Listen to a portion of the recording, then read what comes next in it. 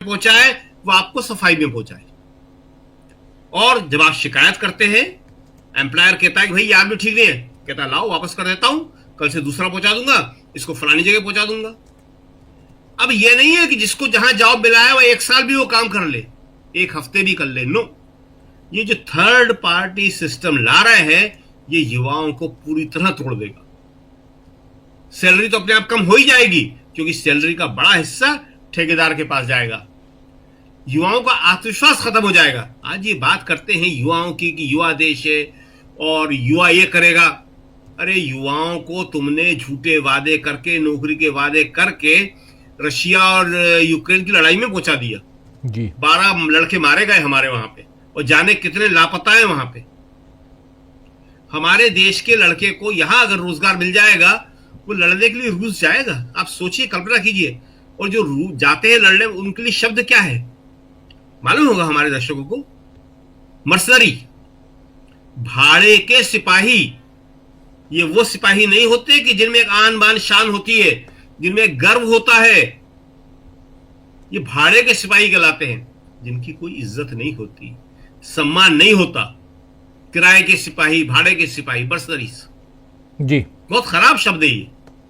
तो ये देश को आज उस स्थिति में ले आए हैं कि हमारा युवा जो है आज मर्सनरी बन रहा है। आज थर्ड पार्टी कॉन्ट्रैक्ट पे वो काम करने पे मजबूर है। उसको ये नहीं मालूम कि मुझे किस डिपार्टमेंट में जाना है। ठेकेदार कहता है आओ, इतनी तनख्वाह लो, कल सुबह 8 बजे आना, मैं बताऊंगा तुम्हें कहां जाना है। तो इस स्थिति से निपटने के लिए ही राहुल का जो व्हाइट टी शर्ट मूवमेंट है वो बहुत ही महत्वपूर्ण है। और अगर ये अच्छी तरह से चल गया तो ये देश की जो युवाओं की बेरोजगारी की समस्या है, युवाओं के जो आत्मविश्वास के टूटने की समस्या है, उन सबको खत्म कर देगा और देश में एक नई क्रांति की शुरुआत कर देगा। जी राजीव जी, बिल्कुल।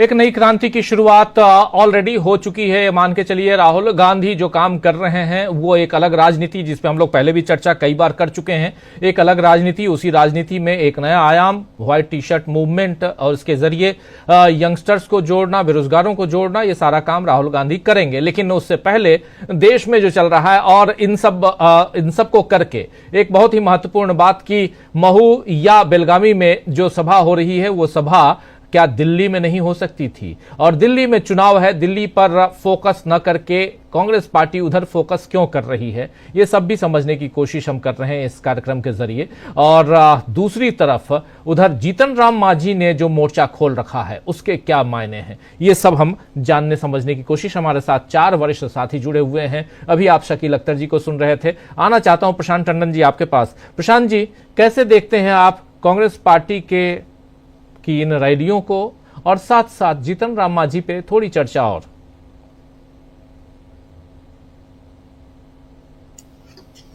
देखिए, वो रैली तो पहले से तय थी और डॉक्टर मनमोहन सिंह के निधन की वजह से वो रैली अब हो रही है। और उसके कारण दूसरे थे। उसके कारण महात्मा गांधी से जुड़ा हुआ एक वाकया था जिसकी वजह से वहां हो रही थी।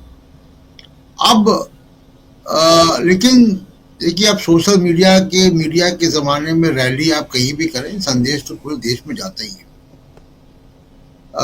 जो मुझे खबर मिल रही है कि शायद 26 जनवरी के बाद से राहुल गांधी दिल्ली में पदयात्रा वाला कार्यक्रम शुरू करेंगे। और लेकिन दिल्ली की राजनीति में आज उन्होंने जो चिट्ठी लिखी, जरा मैं एक आध मिनट उस पर बात रख दूं अपनी केवल, कि जो जेपी नड्डा को चिट्ठी लिखी है उन्होंने, और दिल्ली की मुख्यमंत्री आतिशी को एम्स में जो वो गए थे जी, ये चिट्ठी है सामने जी। वो एम्स में 10 से 15 हजार लोग रोज आते हैं। शीला दीक्षित जब मुख्यमंत्री तब इतने लोग नहीं आते थे, लेकिन एक काम उन्होंने किया था। और अब वो काम ऐसा तो नहीं कर सकते कि सलूशन था, लेकिन एक सलूशन की तरफ एक इशारा था कि बहुत सारी डीटीसी की बसें हैं। उन डीटीसी की बसें जो खराब हो जाती है, बहुत सर्विस में के लायक नहीं होती हैं, उन बसों की सीटें निकालकर रात में वो बसें वहां खड़ी हो जाती थी। और ये जो एम्स में लोग आते हैं उन बसों में रात में सोते थे। और सुबह वो बसें हट जाती थी। वहां पे आसपास सस्ती कैंटीन भी थी, तो देखा, मैंने ही देखा, सस्ती कैंटीन थी, वहां लोग खाना खा लेते थे। तो ये एक सोल्यूशन था। मेरा कहने का 10-15 हजार लोग अगर रोज आते हैं, और केवल एम्स में नहीं, दिल्ली के तमाम और अस्पतालों में इस तरीके का ओपीडी में आपको भीड़ दिखाई देगी। कुछ ना कुछ एक परमानेंट सोल्यूशन उसका आना चाहिए, कोई सिस्टम बनना चाहिए कि देश भर से लोग अगर आते हैं तो वो सम्मान पूर्वक रह पाए, और इतनी ठंड में रात में जो है वो लाइन पे लगते हैं। सुबह मैंने खुद देखा जाके, यहाँ चर्चा भी की थी जब मैं गया था। अब दिल्ली के इलेक्शन में जो कुछ देखने को मिल रहा है कि एक तो पोल्यूशन बहुत बड़ी समस्या है, कोई एक बड़ा वॉर फुटिंग वाला कार्यक्रम किसी पार्टी की तरफ से आया नहीं है। दिल्ली में हम लोग चर्चा करेंगे तो ये सब बातें होंगी। अब यहाँ पे जब मैं कांग्रेस और जो वाइट टी शर्ट मूवमेंट है, बिहार है, इसके मद्देनजर देखिए राहुल गांधी जो कर रहे हैं कि आज 2 बड़ी घटनाएं हैं। अभी भारत के समय के हिसाब से 10:30 बजे ट्रंप का शपथ ग्रहण अमेरिका में जी, टर्म उनका शुरू होगा, और 10 सबसे बड़े नए, सबसे दुनिया के रईस उद्योगपतियों की लिस्ट आई है।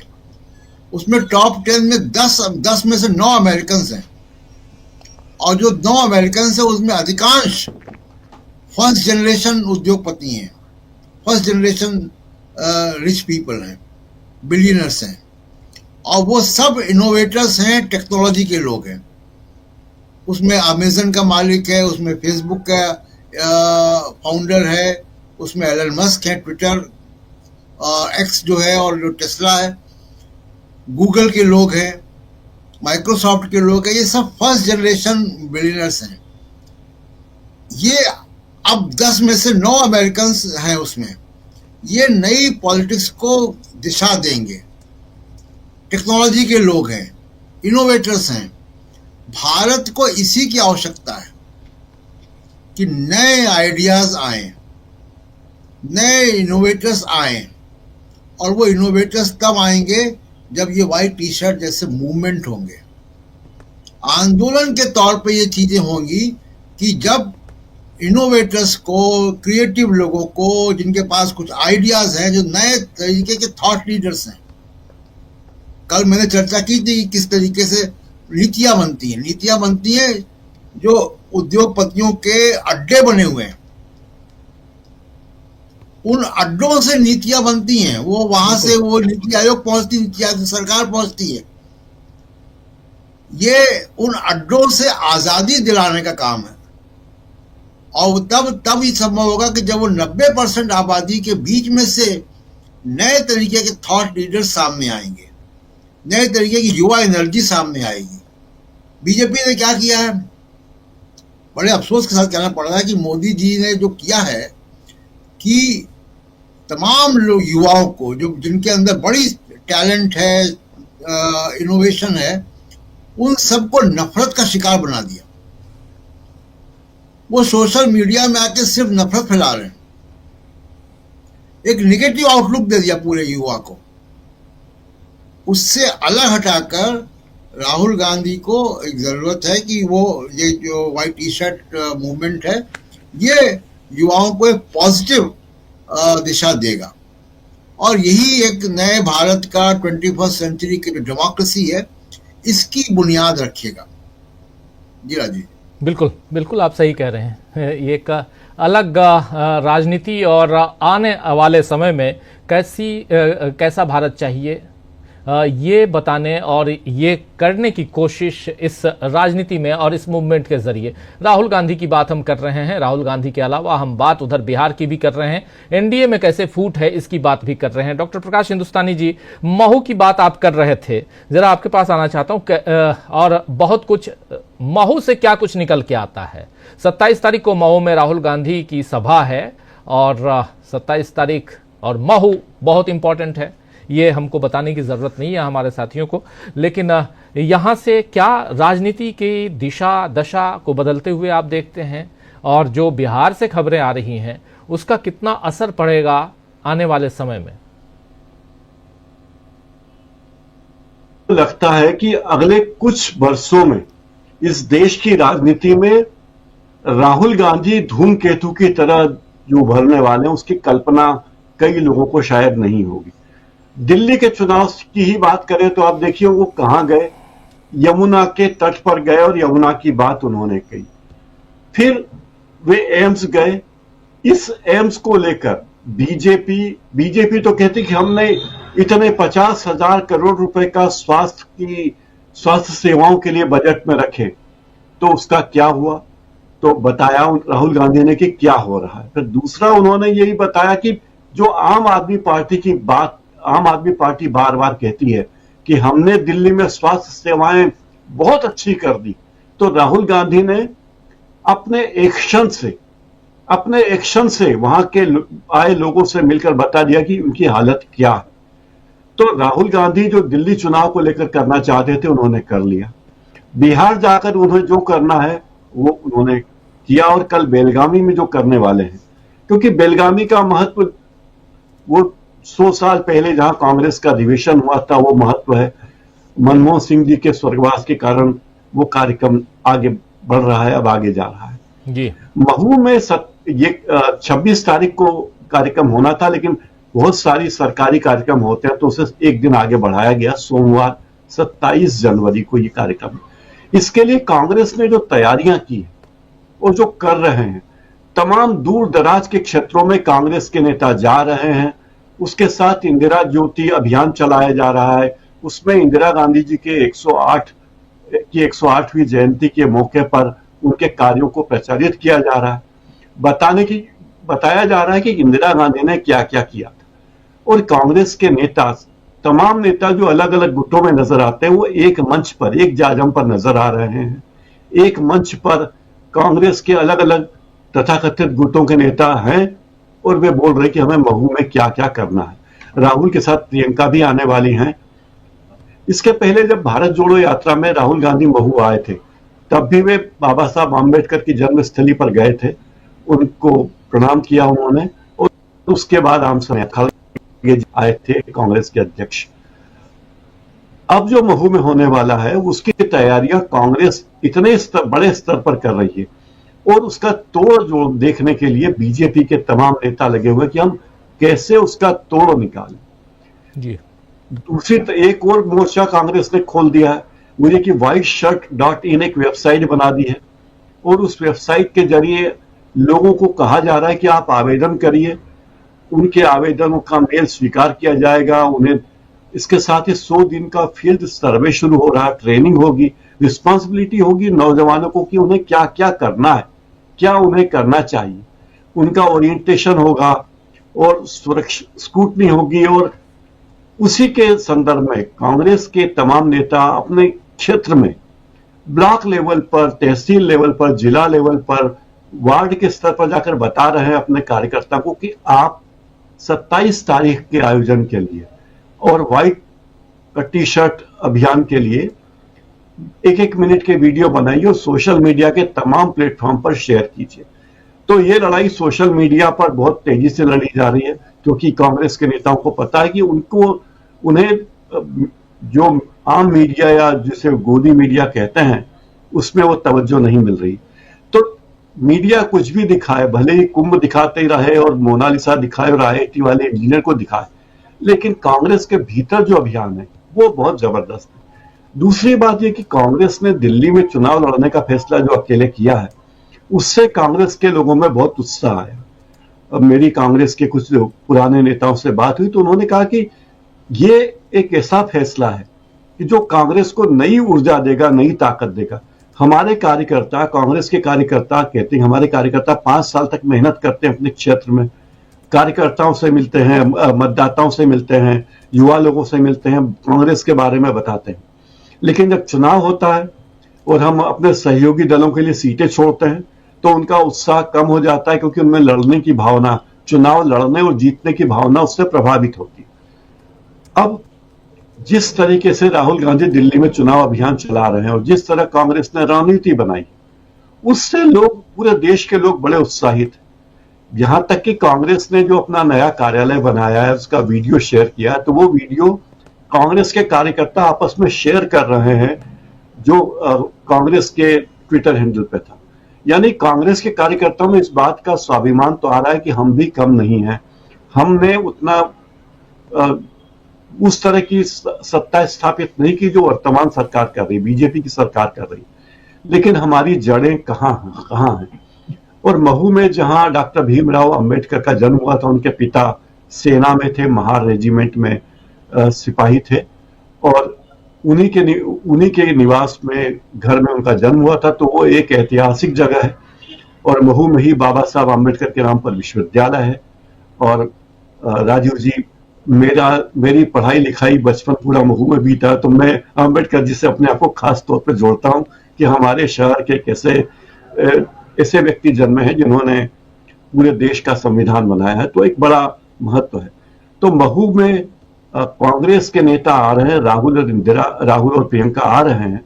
तो राहुल और प्रियंका के आने का एक फर्क तो यह पड़ने वाला है कि पूरी कांग्रेस नए सिरे से खड़ी हो रही है। मध्य प्रदेश में, जहां से कांग्रेस का एक भी लोकसभा उम्मीदवार जीता नहीं, 29 के 29 सीटें बीजेपी जीती, उस राज्य में कांग्रेस नए सिरे से खड़ी हो रही है। और ये बदलाव की चीजें, 4-5 चीजें मैं देख रहा हूं जो अगले कुछ दिनों में एक बड़ा रूप ले लेंगी। राजीव जी, बिल्कुल बिल्कुल सही आप कह रहे हैं। आने वाले समय में एक बड़ा रूप, और यही समझने की हम कोशिश कर रहे थे कि ये कैसे, किस दिशा में, आखिर सोची समझी रणनीति के तहत कांग्रेस पार्टी भी ये सब कर रही होगी, और इसका क्या असर हो सकता है, दूरगामी असर क्या देश की राजनीति पे पड़ने जा रहा है। एक तरफ देखिए, दो पैरेलल चीजें चल रही हैं, इसलिए इसको समझना जरूरी है। हमारे तमाम साथी जो इस कार्यक्रम को देख रहे हैं, आप लोग एक बात ये समझ रहे होंगे कि एनडीए में धीरे धीरे एनडीए जो है वो दरक रहा है, धीरे धीरे गैप बढ़ रहा है। लेकिन दूसरी तरफ इस मौके को अपॉर्चुनिटी में तब्दील करने की कोशिश भी विपक्षी दलों को होनी चाहिए, और वो दिखाई दे रहा है यहां पर कांग्रेस पार्टी की तरफ से, राहुल गांधी की रणनीतियों की तरफ से।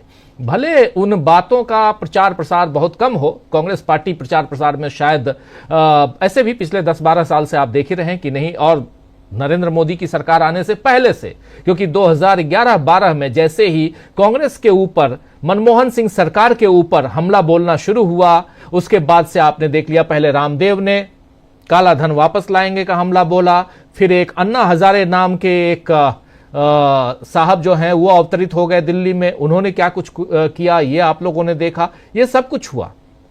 इसके बाद नरेंद्र मोदी को अपॉर्चुनिटी मिली, 11 साल से जो चल रहा है वो आप देख रहे हैं, मीडिया से कांग्रेस बाहर हो गई। और लेकिन इस वक्त और पिछले खासकर 2-3 साल से, जिसके बारे में शकील जी बार बार बताते हैं, उन रणनीतियों को बिल्कुल खींच के ले आते हैं यहाँ पे, शकील जी बताते ही हैं, हमारे तमाम साथी उस पर विचार विमर्श करते हैं, तो बहुत कुछ चल रहा है। और इसीलिए यहां समझना, अमलेंदु उपाध्याय जी, क्या एक तरफ एनडीए का कुनबा, दूसरी तरफ कांग्रेस पार्टी, अभी मैं इंडिया गठबंधन की बात नहीं कर रहा हूं, इंडिया गठबंधन, जितनी बातें इंडिया गठबंधन के नेता कर लें, लेकिन आप, हम और हमारे तमाम साथी जानते होंगे, सब आखिर में कांग्रेस पार्टी की तरफ देख रहे हैं। और वो दिखाई दे रहा था 2024 लोकसभा चुनाव में। आखिर वही संविधान लेकर अखिलेश बाबू भी घूम रहे थे, वही संविधान लेकर उधर ममता बनर्जी भी घूम रही थी, वही संविधान लेकर उधर तेजस्वी यादव भी घूम रहे थे, वही संविधान लेकर नीचे तमिलनाडु में स्टालिन घूम रहे थे, उसी संविधान को लेकर दिल्ली में और पंजाब में अरविंद केजरीवाल घूम रहे थे। तो साफ दिखाई देता है। लेकिन इस संविधान को लेकर कौन आया था? राहुल गांधी अपनी भारत जोड़ो न्याय यात्रा में, याद कीजिए। तो ये एक फ्रेम है, जरा इससे आगे बढ़ने की कोशिश करते हैं। क्या यहां से तस्वीर आने वाले समय में और भी स्पष्ट और भी साफ होते हुए देखेंगे हम? अमलेंदु जी। बिल्कुल, आने वाला समय जो है वो तस्वीर और स्पष्ट होती जाएगी। और दूसरा, आपदा में अवसर जो है वो केवल मोदी जी नहीं जानते हैं, दूसरे लोग भी आपदा में अवसर खोजना जानते हैं। तो अगर एनडीए आपदाग्रस्त हो रहा है तो दूसरे लोग उस एनडीए की आपदा में अपने अवसर क्यों नहीं खोजेंगे? जाहिर सी बात है कि जब लड़ाई सत्ता की है और सत्ता में कैसे आना है इसकी लड़ाई है, तो अगर एनडीए जो है या नरेंद्र मोदी जो है या भारतीय जनता पार्टी जो है वो अगर इंडिया गठबंधन के अंतर विरोधों में अपने लिए कोई जगह देखना चाहते हैं तो इंडिया गठबंधन क्यों नहीं एनडीए के अंतर विरोधों में अपने लिए अवसर खोजेगा। बहुत सीधी सी बात है, बहुत सीधा सा गणित है। तो इसमें कोई मतलब कोई रॉकेट साइंस नहीं है। तो अगर एनडीए के अंदर राजीव जी इस तरीके से इख्तलाफात बढ़ रहे हैं और आपस में इस तरीके की चीजें हो रही हैं, औकात दिखाने की बातें हो रही हैं और धमकाने की एक दूसरे को बातें हो रही हैं, और अभी तक यही तय नहीं कर पा रहे हैं कि मुख्यमंत्री जो है कौन होगा, किसके नेतृत्व में चुनाव लड़ा जाना है। अच्छा चलिए, बिहार में तो ठीक है भाई, आपके पास आपने कह दिया कि भाई नीतीश कुमार से बात करके हम फैसला करेंगे। दिल्ली में क्या मुसीबत है भारतीय जनता पार्टी के पास? वहां क्यों नहीं अपना मुख्यमंत्री का चेहरा घोषित कर रहे हैं? भाई आप जब दुनिया की सबसे बड़ी पार्टी हैं और नरेंद्र मोदी तीसरी बार प्रधानमंत्री बन गए हैं, आपने बताया है कि बहुत बड़ा करिश्मा नरेंद्र मोदी ने कर दिया है, तो तीसरी बार अगर नरेंद्र मोदी प्रधानमंत्री बन गए हैं तो दिल्ली में आपका कैंडिडेट कौन है? क्या दिल्ली में भी मोदी जी मुख्यमंत्री बनेंगे? अभी तो आप ये भी नहीं कह रहे कि दिल्ली में मुख्यमंत्री मोदी जी बनेंगे। भाई महाराष्ट्र में तो आप कह रहे थे मोदी जी मुख्यमंत्री बन जाएंगे, हरियाणा में आप बता रहे थे कि मोदी जी मुख्यमंत्री बन जाएंगे, लेकिन यहाँ तो आप बता भी नहीं रहे कि मोदी जी मुख्यमंत्री बनेंगे दिल्ली में। तो इनका जो राजीव जी असल में जो अंदरूनी संकट है एनडीए का और भारतीय जनता पार्टी का, वो अब सतह पर आना शुरू हो चुका है, और ये धीरे धीरे जो सतह पर आ रहा है राजीव जी, और काफी ज्यादा गहरा होता चला जा रहा है। ऐसा नहीं है कि एकनाथ शिंदे जो कुछ बयान दे करके और चले जाते हो, फिर या सिर्फ दबाव बनाने की राजनीति हो। दबाव बनाने की राजनीति नहीं है, दबाव बनाने के साथ साथ इस अवसर की तलाश भी है कि इस दबाव में कब नरेंद्र मोदी हाथ खींचे या भारतीय जनता पार्टी हाथ खींचे, और तब भारतीय जनता पार्टी से दूसरे लोग अपने हाथ खींचे। क्योंकि चाहे वो एकनाथ शिंदे हो, चाहे नीतीश कुमार हो, चाहे जीतन राम मांझी हो, कोई भी हो, वो सिर्फ राजीव जी राज्यों की अपनी राजनीति को प्रभावित नहीं कर रहे हैं, अब वो केंद्र की राजनीति को भी प्रभावित कर रहे हैं। यानी अगर पशुपतिनाथ पारस हैं और वो कह रहे हैं कि बाबा साहब डॉक्टर भीमराव अंबेडकर हमारे लिए जो है वो पूजनीय है, हमारे लिए भगवान है, तो ये सीधा सीधा संदेश किसके लिए है? ये सीधा सीधा संदेश अमित शाह के लिए और भारतीय जनता पार्टी के लिए है कि अमित शाह ने जिस तरीके से डॉक्टर अंबेडकर का लोकसभा में, राज्यसभा में खड़े होकर अपमान किया, तो वो स्वीकार्य नहीं होगा और बिहार में एक मुद्दा बनेगा। इसके संकेत पशुपतिनाथ पारस ने एक तरीके से दे दिए हैं। पशुपतिनाथ पारस आज भी एनडीए में ही हैं, कल को कहां चले जाएंगे वो बात अलग की है, लेकिन अगर आज वो एनडीए में रहते हुए ये कह रहे हैं कि बाबा साहब अंबेडकर जो हैं वो हमारे लिए भगवान हैं, तो इसका मतलब कि ये मामला बड़ा बनता चला जा रहा है और ये अमित शाह का या भारतीय जनता पार्टी का पीछा छोड़ने वाला नहीं है। इस पर या तो अमित शाह का इस्तीफा होगा या अमित शाह को माफी मांगनी पड़ेगी और ये कहना पड़ेगा कि उन्होंने बाबा साहब डॉक्टर भीमराव अंबेडकर का अपमान किया, उसके लिए वो माफी मांगते हैं, देश से उन्हें मांगनी पड़ेगी, जो कि वो मांगने को तैयार नहीं है और नरेंद्र मोदी भी उनको बर्खास्त करने को तैयार नहीं है। तो इसीलिए राजीव जी अब जो बेलगावी का जो रैली होनी है और महू में जो होना, देखिए महू तो वैसे भी राजीव जी मुझे याद पड़ता है कि भारतीय जनता पार्टी के निशाने पे बहुत पहले से है। 80 के दशक में जब सांप्रदायिक दंगों की बाढ़ आई थी तो मध्य प्रदेश में सबसे पहले जो 2 दंगे सबसे ज्यादा सुर्खियों में आए थे वो महू और खरगोन के दंगे थे राजीव जी, जिन्होंने भागलपुर बदायूं के बाद जो था वो राष्ट्रीय क्षितिज पे अपनी सुर्खियां बटोरी थी दंगों की वजह से। महू और खरगोन के दंगे थे। तो बाबा साहब डॉक्टर भीमराव अंबेडकर की वजह से महू किस तरीके से भाजपा के निशाने पर है ये समझा जा सकता है, क्योंकि 6 दिसंबर को इन्होंने जो ये शौर्य दिवस मनाते हैं ये भी समझा जा सकता है कि 6 दिसंबर को क्यों मनाते हैं। तो यानी बाबा साहब डॉक्टर भीमराव अंबेडकर से भारतीय जनता पार्टी की जो एक तरीके से कहा जाए चिढ़ है वो बार बार निकल कर आती है। अब कल नरेंद्र मोदी ने राजीव जी मन की बात की, हालांकि वो हर महीने की आखिरी रविवार को होता है, लेकिन चूंकि इस बार आखिरी रविवार पड़ रहा है इतवार का और इतवार को 26 जनवरी है, तो नरेंद्र मोदी ने वो एक हफ्ता पहले कल मन की बात कर ली। अब कल उस मन की बात में उन्होंने राजीव जी संविधान सभा से 3 भाषण सुनवाए। पहले सुनवाया डॉक्टर भीमराव अंबेडकर का भाषण, उसके बाद सुनवाया डॉक्टर राजेंद्र प्रसाद का भाषण और उसके बाद सुनवाया श्यामा प्रसाद मुखर्जी का भाषण। अब ये कोई पूछ सकता है कि भाई ये 3 भाषण सुनवाने की नरेंद्र मोदी को आवश्यकता क्यों पड़ गई थी? अगर सिर्फ अकेले बाबा साहब डॉक्टर भीमराव अंबेडकर का भाषण सुनवाते तो ये संदेश जाता कि दबाव बढ़ रहा है नरेंद्र मोदी के ऊपर अमित शाह के वक्तव्य को लेकर, तो उसको बैलेंस करने की कोशिश की डॉक्टर राजेंद्र प्रसाद का भाषण सुनवाकर, और उसके बाद फिर धीमे से घुसेड़ दिए उसमें श्यामा प्रसाद मुखर्जी। अब कहाँ श्यामा प्रसाद मुखर्जी और कहाँ बाबा साहब डॉक्टर भीमराव अंबेडकर, यानी यहाँ फिर नरेंद्र मोदी ने एक तरीके से देखा जाए बाबा साहब डॉक्टर भीमराव अंबेडकर का अपमान करने की कोशिश की कि बाबा साहब डॉक्टर भीमराव अंबेडकर के साथ डॉक्टर राजेंद्र प्रसाद का भाषण सुनवाना ये तो समझ में आता है, कि बाबा साहब अमलेंदु डॉक्टर जी, भीमराव अंबेडकर। अमलेंदु जी, माफी चाहूंगा बीच में टोक रहा हूं, आप मन की बात सुनते हैं? नहीं, मैं सुनता नहीं हूँ राजीव जी, हाँ। सुनता नहीं हूं मैं। हुआ यह कि कल मैं असल में घर की सफाई करनी होती है इतवार को, तो कर रहा था, तो तब तक वो एक लगाया चैनल, वो अपने आप जो था वो रिडायरेक्ट हो गया किसी दूसरे पे, और वो वहां मोदी जी थे, वो अपना बयान जारी कर रहे थे।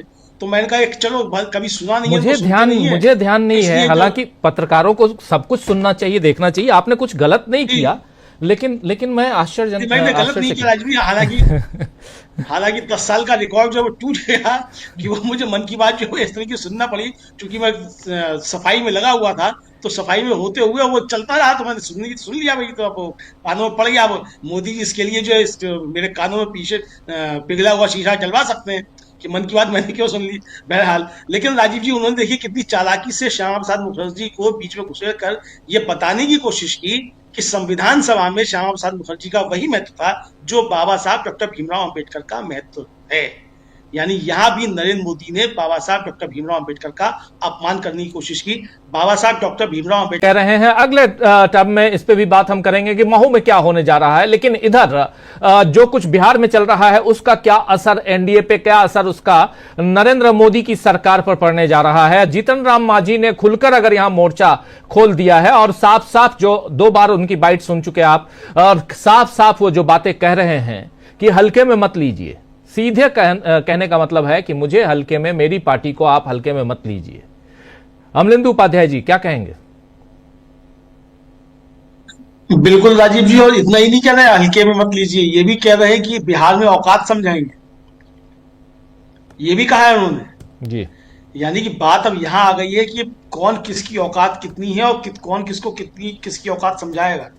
तो क्या जीतन राम मांझी जो है वो बीजेपी को या नरेंद्र मोदी को उनकी औकात समझाने की बात कर रहे हैं? लगता तो यही राजीव जी उनकी बातों से, कि वो कह रहे हैं कि हमारा इतना अपमान किया कि झारखंड में भी हमको सीटें नहीं दी, दिल्ली में भी हमको सीटें नहीं दी, और हमारे साथ जो है यहाँ भी अन्याय किया जा रहा है, हमारे ही लोगों को आप लेकर जाते हैं अपनी जनसभाओं में। यानी जो बीजेपी की भीड़ होती है मोदी जी को लेने जो जाते हैं, तो वो भीड़ जो होती है वो जीतन राम मांझी के लोगों की होती है, बीजेपी की भीड़ नहीं होती है। तो आप उनको लेकर जाते हैं और फिर चैलेंज भी दे रहे हैं कि आप करके देख लीजिए, इतनी भीड़ जनसमूह इकट्ठा करके देख लीजिए। यानी कि अब अपनी ताकत जीतन राम मांझी बताना चाहते हैं कि मेरी ताकत है, मेरी ताकत के दम पर भारतीय जनता पार्टी को बिहार में जो स्थिति है वो उसकी उनके दम पर है। लोकसभा में भी जो सीटें मिली है, भले ही जीतन राम मांझी अकेले अपनी सीट जीते हैं, लेकिन बीजेपी को जो सीटें मिली हैं वो जीतन राम मांझी की वजह से मिली है। ये जीतन राम मांझी बताना चाहते हैं, और ये बताना चाहते हैं कि अगर आपने हमारा हिस्सा हमको नहीं दिया तो फिर नमक का दरोगा जो प्रेमचंद की कहानी है वो हाल जो है मोदी जी आपकी भारतीय जनता पार्टी का हम कर देंगे। सीधे सीधे ये बताना वो चाह रहे हैं एक तरीके से देखा जाए जीतन राम मांझी।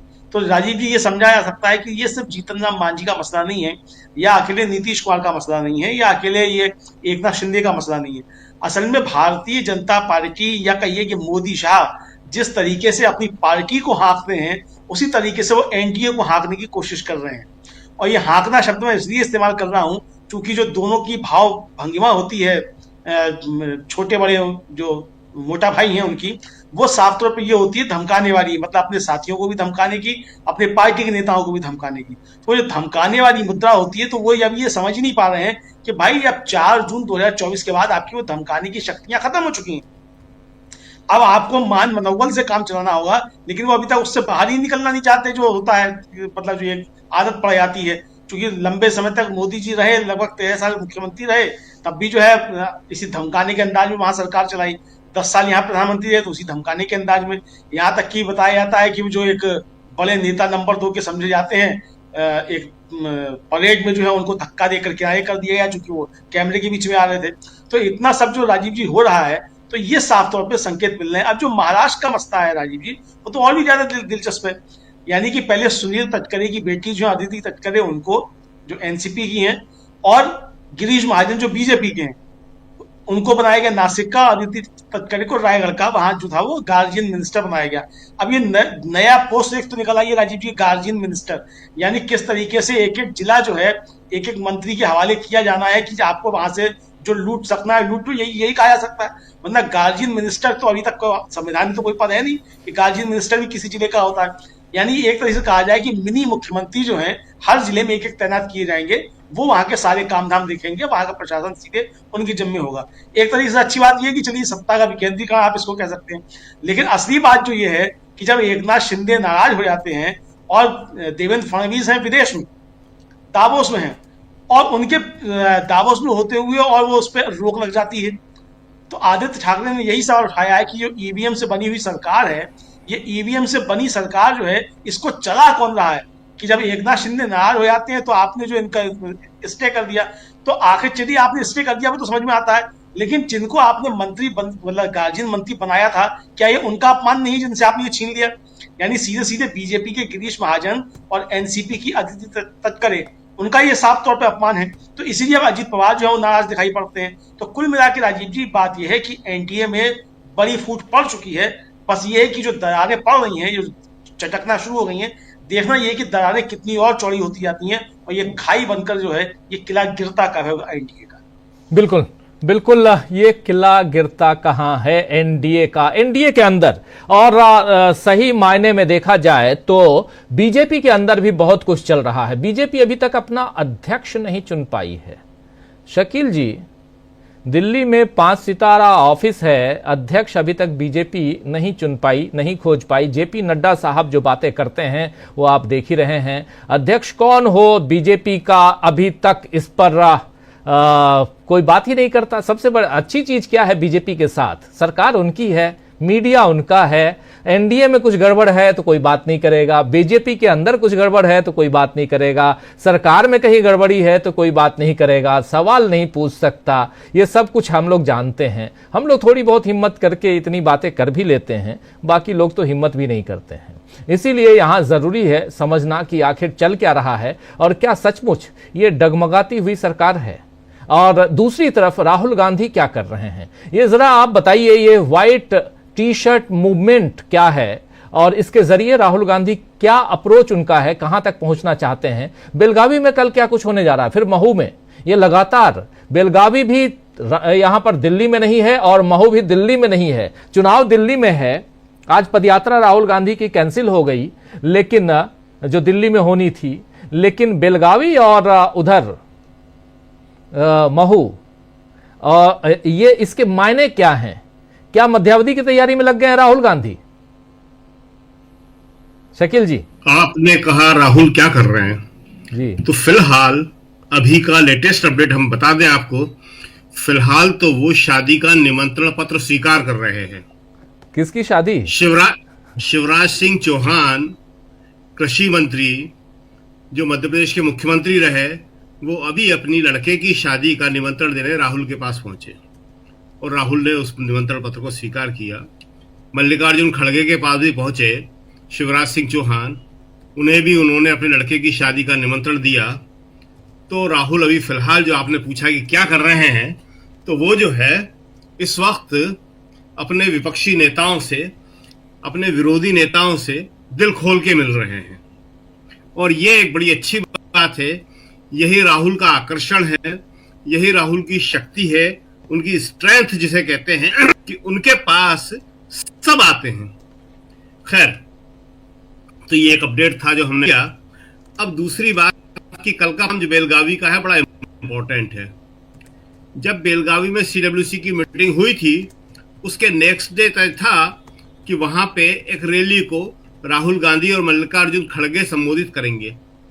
लेकिन पूर्व प्रधानमंत्री मनमोहन सिंह के देहांत की खबर के बाद कांग्रेस तत्काल वहां से पूरी की पूरी जितने भी नेता थे सब वापस यहाँ पे चले आए और अब जो है उस प्रोग्राम को वो कल करने जा रहे हैं। तो कल जो सबसे पहले जो है राहुल गांधी और मल्लिकार्जुन खड़गे वहां पे महात्मा गांधी की एक प्रतिमा का अनावरण करेंगे और महात्मा गांधी की प्रतिमा का अनावरण करने के बाद जय बापू, जय भीम, जय संविधान रैली को संबोधित करेंगे, जिसके जरिए वो पूरे देश में उस सवाल को फिर से उठाएंगे जिस सवाल को पिछले संसद सत्र के दौरान अमित शाह ने गर्म किया था। अंबेडकर, अंबेडकर, अंबेडकर, जय भीम, जय संविधान, इस रैली का मूल स्वर होगा। और यही जो है 27 को जब महू में भीमराव अंबेडकर के जन्म स्थान पर होगी रैली, तो वहां होगा। इंदौर के बिल्कुल नजदीकी है महू, और डॉक्टर प्रकाश हिंदुस्तानी पिछली बार जब राहुल वहां आए थे तो शायद वहां थे, हमें जहां तक याद आ रहा है महू में थे वो वहां पे, हम भी वहीं पे थे महू में उस वक्त। तो अभी 27 को फिर राहुल वहां पहुंच रहे हैं। तो ये दोनों रैलियां बहुत इंपॉर्टेंट हैं, और इसके जरिए इस बात को फिर से उठाया जाएगा कि भाई आपकी राजनीति कुछ भी हो, विचारधारा कुछ भी हो, लेकिन संविधान के निर्माता डॉक्टर अंबेडकर का अपमान करने की क्या जरूरत है जी। और डॉक्टर अंबेडकर का अगर आप अपमान करते हैं तो इसका सीधा सीधा मतलब है कि आप संविधान को अमान्य कर रहे हैं, आप संविधान का अपमान कर रहे हैं। और ये बात आज की तारीख में देश की जनता को बताना बहुत जरूरी है। जीतन राम मांझी जो थोड़े से परेशान दिख रहे हैं, उसका कारण यही है, यही संविधान। इसी संविधान ने जीतन राम मांझी के कमजोर वर्ग को सबसे ज्यादा सहारा दिया।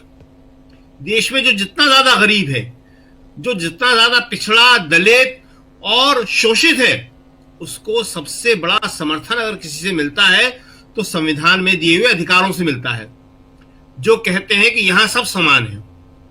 और यहीं से हम आपको बताना चाहेंगे कि जिस आप आंदोलन का जिक्र कर रहे हैं, व्हाइट टी शर्ट मूवमेंट, वो भी इसी से जुड़ा हुआ है। व्हाइट टी शर्ट मूवमेंट कोई अलग नहीं है, राहुल इसको संविधान में से ही निकाल के लाए हैं। इसमें राहुल ने क्या कहा है कि जो मेहनत कश वर्ग है, उसमें एक शब्द और यूज किया गया है, गिग वर्कर्स, जो आजकल कहा जाता है, जिसमें राहुल जो कई समाज के वर्गों से मिले, वो सारे गिग वर्कर्स हैं, अलग अलग समूहों के लोग, अलग अलग मेहनत कश लोग, अलग अलग काम करने वाले लोग, असंगठित क्षेत्र के लोग जिसे कहा जाता है। तो उनके लिए क्या करना चाहिए सरकार को, हम क्या कर सकते हैं, क्या चेतना जगाना चाहिए, वही व्हाइट टी शर्ट मूवमेंट में है।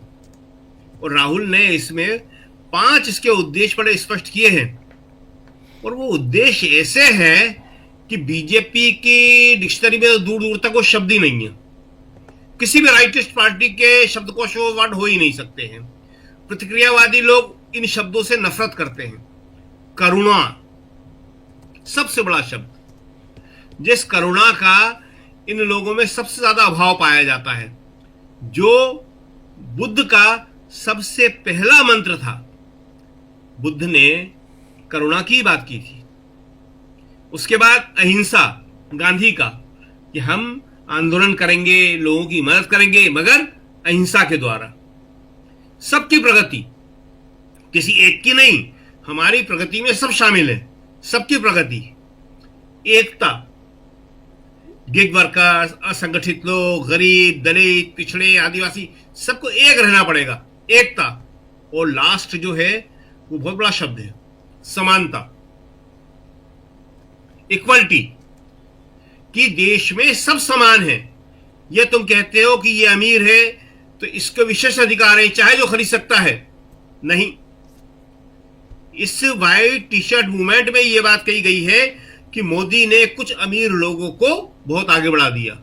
समानता वहीं आती है कि हम ये नहीं होने देंगे कि आप चाहे जिसको आगे बढ़ा दो, क्यों? क्योंकि वो पहले ही पैसे वाला है, और चाहे जिसको और गरीब कर दो क्योंकि वो पहले से ही गरीब है जी। तो ये जो उनका व्हाइट टी शर्ट मूवमेंट है, हम तुलना नहीं कर रहे हैं, करना भी नहीं चाहिए तुलना, लेकिन ये कुछ कुछ वैसा ही आंदोलन है और कुछ कुछ इसका वैसा ही प्रभाव पड़ेगा जैसा खादी के आंदोलन से पड़ा था।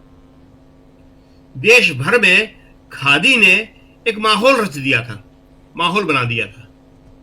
गांधी ने शुरू किया था वो, गांधी बहुत बड़े आदमी थे, उनकी किसी के साथ कोई तुलना नहीं हो सकती है, लेकिन उसको देख के अपना आंदोलन बनाया जा सकता है, प्रेरणा ली जा सकती है, और राहुल ने वही किया। उसी तरह का सफेद टी शर्ट सस्ती होती है, सामान्य होती है, महंगी नहीं होती कोई।